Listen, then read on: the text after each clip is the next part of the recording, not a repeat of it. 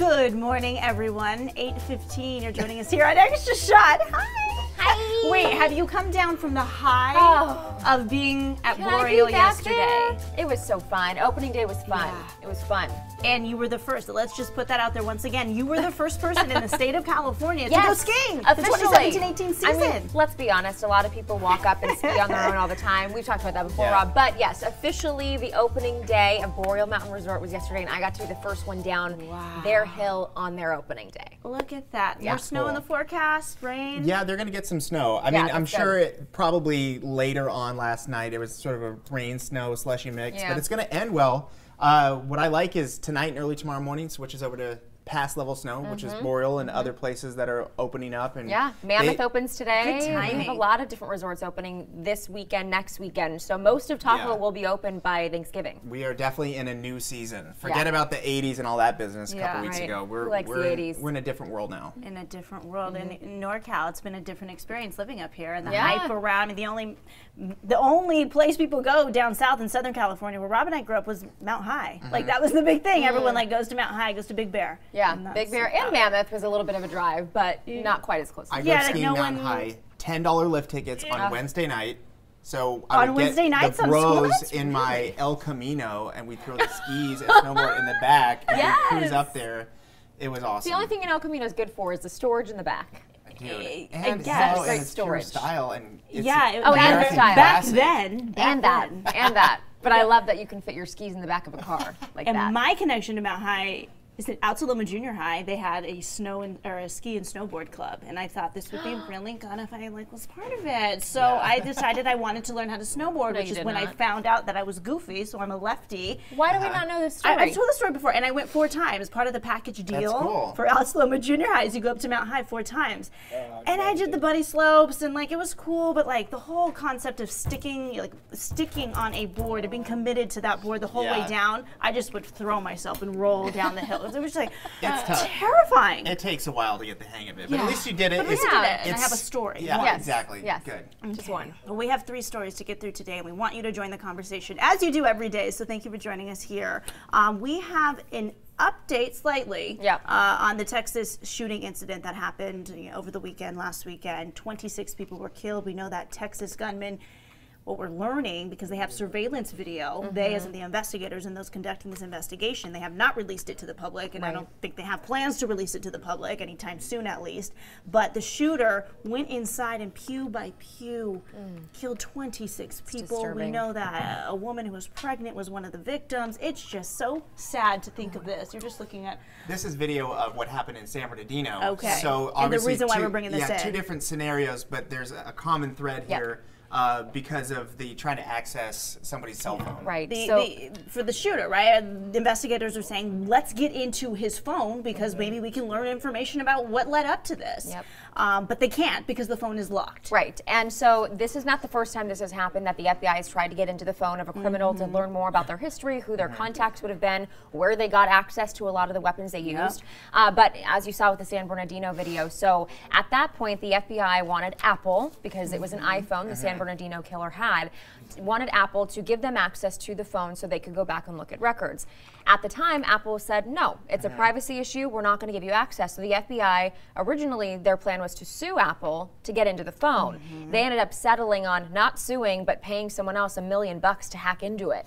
So they eventually got into that phone because they were able to pay for it. But with this particular situation, once again, Apple is saying we're not going to give you access to the shooter from Texas's phone. It's a privacy issue. It would set a precedence that if we're able to, go back into someone's phone after they're gone, what does that mean for the rest of our users? What kind of trust will that, start to breach with our users? And what we're learning here is it's not just Apple who is saying no, it's a privacy issue, and our users, not just a bad person in this case, but all the people who trust us, and with their privacy, we're not the only ones that want to reserve that. So more than 30 other tech companies, including Apple's biggest competitors, so those against Apple, saying that, and privacy and civil liberties groups say that giving police the ability to break into locked phones is just too great a risk to everyone's privacy. How do we feel about this? I feel as though there's a line that, this is a person who shot 26 people. If all you have to do is unlock a phone to learn more information, I feel as though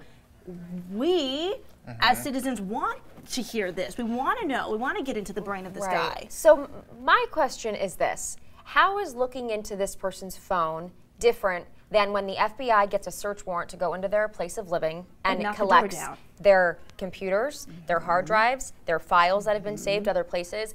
How is it different? Because I understand from Apple's point of view as a company, they're saying for us, we don't want to set that precedent because we have so many 30 users. other companies. And 30 other companies. So from the company standpoint, they don't want to cross into that line. But from a national security standpoint, they're already going to be getting the search warrants to look through this person's computer. So they're already breaching some sense of privacy in that way, but the company is, I think, the barrier here. The company is saying, well, this becomes a privacy issue, but I think if it's a national security threat, potentially, if they're calling this a terrorist I thought FBI had threat, more cool than that. There's a part of me that thinks there should be some sort of, okay, we're going to make the exception when it comes to the national security threat, because we need to know how many other situations could be prevented if this person was working with a tight-knit group of if it's ISIS groups, which they've claimed. We need to know that. This is a very tricky debate because I feel like when this came up with the San Bernardino incident, that some of these questions were answered and some remained open. And what Apple's move was to further distance themselves, making it so that if they were approached, can you do this for us, that they would never have the ability to be able to unlock it. So they sort of wash their hands of the whole situation in its entirety. So the issue is this. Their argument initially is this, and it's not just Apple, it's other companies that base themselves on security. So let's just say that there is something potentially very bad beyond a door, okay? And the only way to get in there is to have a key. So the good guys say, hey, just give us this key, and I promise we'll get in there, and then we'll solve the problem. The assumption is that only the good person will have the key, but what they're saying is, our assumption is the good person is going to have the key, but then a potential bad person will have the key. So what we're going to do is just never give anybody the key. That way, we are not responsible, even in an indirect way, of basically having no security whatsoever, because a big thing for Apple and other technology companies is security. Every single week we have some security breach. So clearly, if there ever is a way to unlock or access encrypted information, eventually the bad people will get that and then use it against you. So that's their argument, is that clearly there's a huge benefit to everybody to get into that phone and figure out what was going on with that individual.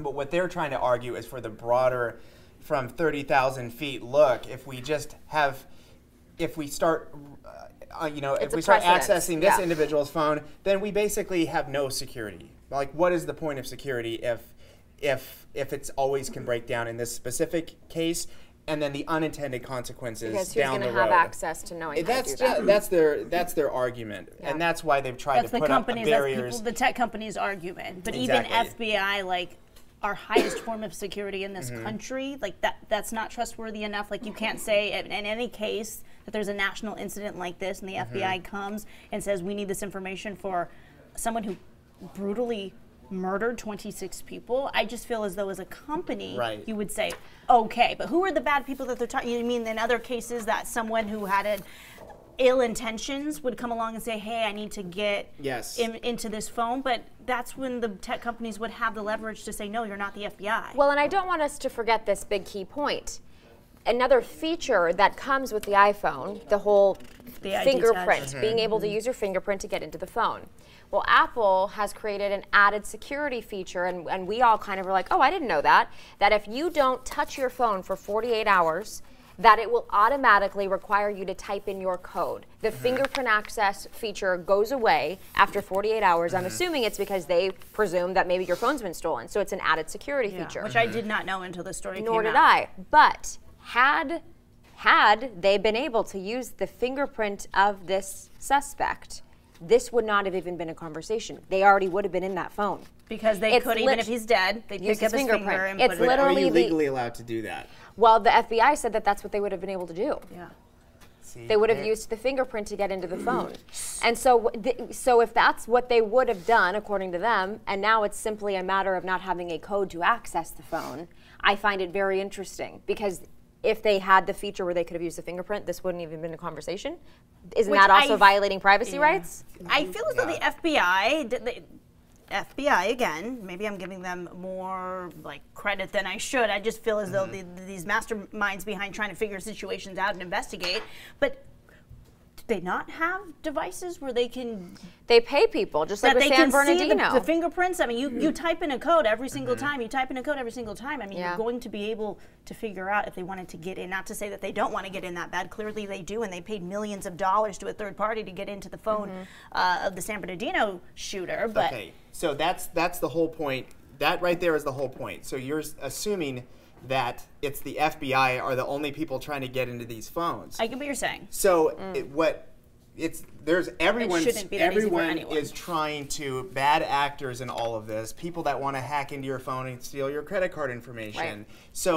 So Apple's point and other technology companies is we want to put up an impenetrable barrier. Like even the FBI. Exactly. Exactly. Meaning that because then otherwise there's no point. If there's some secret backdoor way in getting in your device, don't assume that it's only the FBI for a well-intended reason that benefits so many people.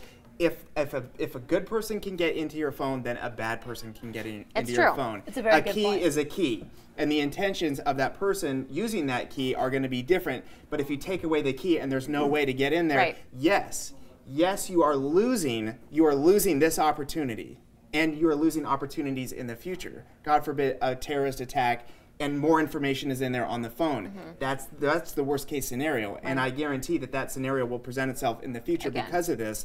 However, the argument is that since they cannot guarantee that once you create this key to be able to get into these devices, then you can't prevent it from the bad people on any given day getting in there and using it for bad purposes. Yeah, it's a really because their intentions are very high, very well known, they're well funded. And I always forget about the intentions of the bad people. Yes, exactly. And we all know that. I tend to do that. And in companies, there's always the human error factor. Right. You know, whether or not it was intentional or deceitful on purpose. But even with Twitter recently, when they had an employee left their company. We don't really know fully the circumstances, but then that employee, this disgruntled employee, went in and turned off President Trump's Twitter account for 11 minutes. I mean, there are always people who maybe you're in the FBI for 30 years and something happens and you turn and now you have access. So I understand where you're coming from, but my question for the viewers is, do you agree that Apple and other companies should be able to do this, should be able to say, even though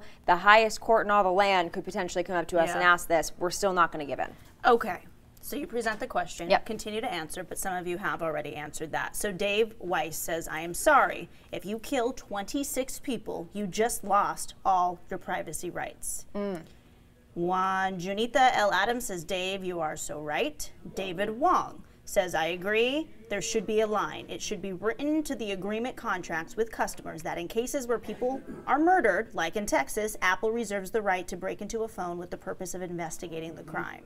So she's talking, or he is talking about a contract, and it written in there that if you kill someone, who's going to be given access, right? And if you kill one person, 26 people, like how do you write that in a contract? But then you kill anyone? But then is it Apple who gets access to break into it, or is it the FBI? Right. And if it's the FBI, who in the FBI? So, okay, so I get it. Apple should have a way to do it. Okay, so just like with Twitter. Okay, so Twitter said, I mean, you have to understand, and I think we're all in agreement.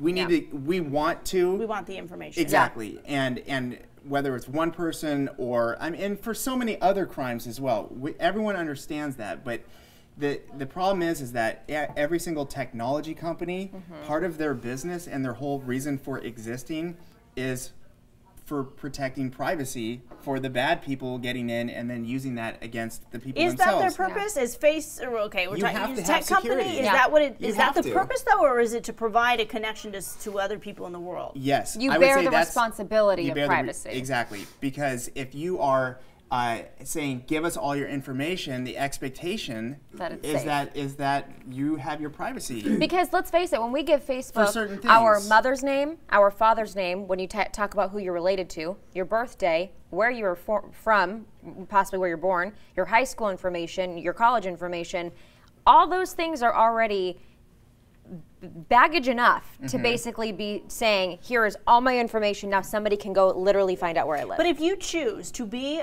on the interwebs and choose to have a profile in any capacity, I, as someone who, we all are people who have accounts of so many different things, I don't assume that if I kill someone, that my information won't be put out there into the public. Like, you're a bad person, your privacy rights should be breached at that point. Yeah. I just feel as though when you take that step and put something online, and it's something that I would always tell my kids one day, right, future kids, don't ever put anything out there that you don't want to see on the front page of the New York Times. Like, it's one of those things, you're putting it out there, you have I'm kind of impressed, actually, the fact that this man who killed this many people, his information has not been leaked out. Like, how, that's insane to me. Well, and so we're focusing on the phone. Everything else is fair play, and there's a long history of being able to access those things because it's not necessarily exclusive to that individual. And it's like if you have a door, right? The expectation is that you can only unlock it with a key, okay? But you also know that you can kick it down, or there's other ways. There's other ways to get into a house. The whole point of personal technology is that people cannot access your personal information in that device. Again, I'm not advocating protecting anything about this individual. All I'm saying is for Apple's point of view, if they give that away, eventually they could be giving away everybody's privacy, and then therefore they cease to exist. So their entire business and perspective, their entire relationship with people and why they would use them would be over because of releasing a way to get in there. And Mason has something to say. Come on over here so people can hear you. I think if one of the victims was the son or daughter of an Apple executive, we wouldn't be having this conversation right now. Exactly. Once you make it personal, then all of a sudden the philosophical debate goes away.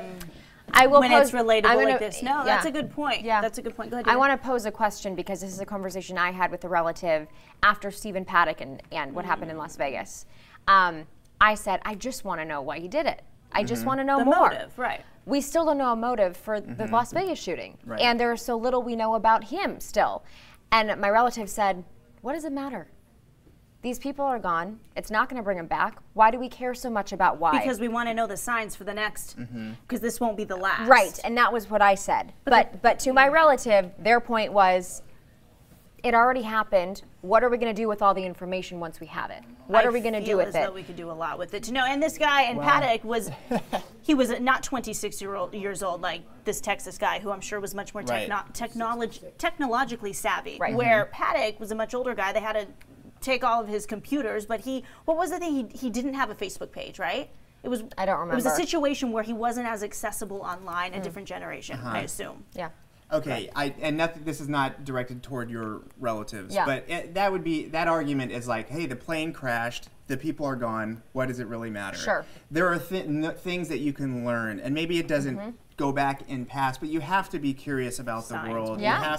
You have to investigate, you have to figure out something, because if we there's want to be anything able to positive prevent that can it. come out of it, it's trying to stop, prevent, or minimize the next horrible thing that may happen down the road. Yes, we correlate it with others. Well, this happened. Exactly. This is maybe a red flag. The next time something like this, a person acts in this way, we can stop. I think their point was more, I was so frustrated by the whole thing because I kept talking about it, and I was like, I just want to know. Maybe it's the journalist inside of me, and they said, what will it do for you? Right. Like, come on, you know? And so there was that conversation. But yes, personally, I want to know everything. So I'm going to continue to try to find out. I just want to include one more comment. So Reggie Cepeda brings up a good point in terms of security and in terms of Facebook in this case. What about the rumors, quote unquote rumors, that Facebook and other social media accounts or platforms are listening in when your phone is off? That's why if you talk about, say, Oreos, you have an Oreo ad when you open your phone. Can this be an avenue to obtain information?